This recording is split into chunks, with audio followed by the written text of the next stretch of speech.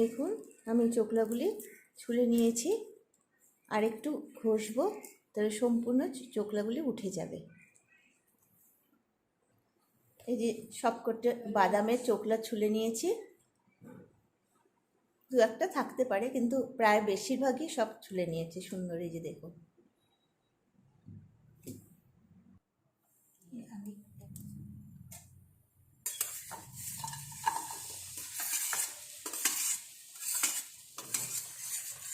দেখি দুধটা পাক হয়েছে কিনা।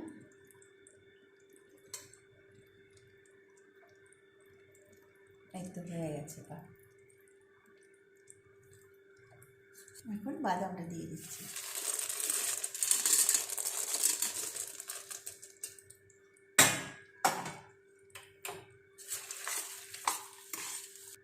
এখন থালায় একটু ঘি মেখে তারপর আমি বাদামের চাকিটা দিয়ে দেবো।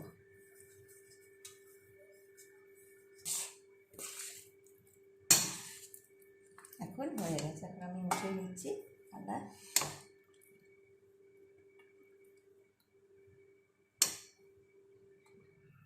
এই তৈরি হয়ে গেল বাদাম বরফি গুড় দিয়ে। কেমন লাগলো কমেন্টের মাধ্যমে জানাবে।